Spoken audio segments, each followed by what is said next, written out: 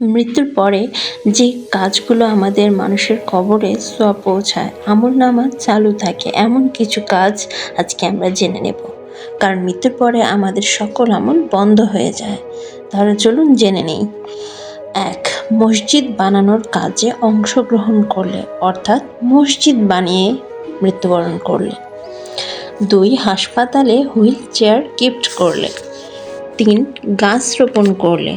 যদি পারেন মাদ্রাসা, এতিমখানা, মসজিদের আঙিনায় এই সকল স্থানে গাছ রোপণ করা অতি উত্তম। ৪. নেক সন্তানের আমল, দোয়া কালাম, যে তার পিতামাতার জন্য দোয়া করেন, এই সকল সন্তান তৈরি করতে পারলে। ৫. সৎ উপদেশ, উপকারী জ্ঞান, ইসলামী তথ্য যা দ্বারা মানুষের উপকার সাধিত হয়।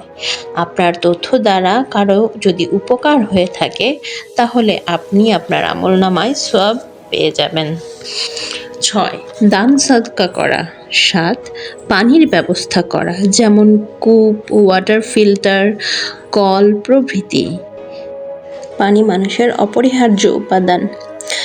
তো যে সকল কাজের কথাগুলো বললাম, এই সকল কাজ আপনি যদি করে যেতে পারেন তাহলে মৃত্যুর পরও আপনার আমলনামা আপনি চালু রাখতে পারবেন ইনশাআল্লাহ। আল্লাহ আমাদের সকলকে এই কাজগুলো করার তৌফিক দান করুক, আমিন।